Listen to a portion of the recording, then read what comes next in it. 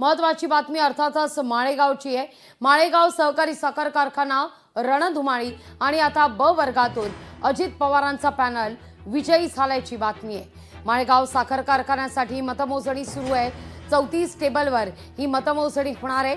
कारखान्याच्या निवडणुकीकरता 88.48% मतदान पार पडलेले आहे।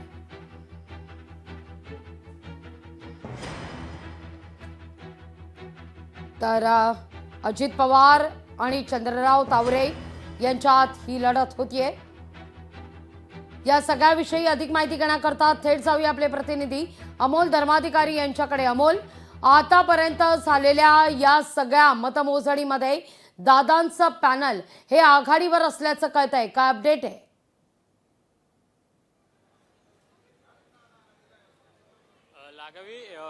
ब वर्गातून जे मतदान झालेलं होतं त्या पॅनलमध्ये अजित पवार हे विजयी झालेले आहेत। पण आता मुख्य मतमोजणीला सुरुवात झालेली आहे, ज्यामध्ये 2 गावांमधून पंधरे आणि आणखीन एक गाव आहे, ज्या गावांमधून चंद्रराव तावरे यांचं पॅनल आहे ते आघाडीवर असल्याचं पाहायला मिळते।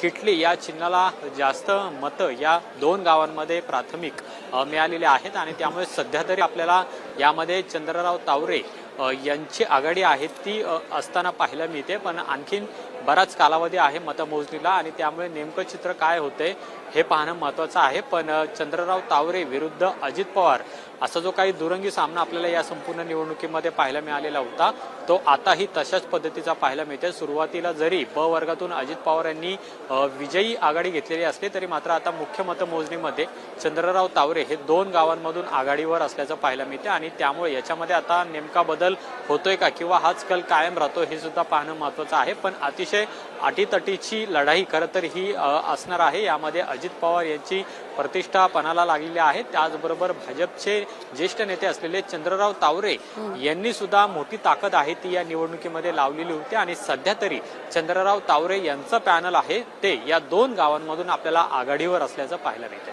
अगदी अमोल, तुर्तास धन्यवाद तुम्ही दिलेल्या एकूणच सविस्तर माहिती करता।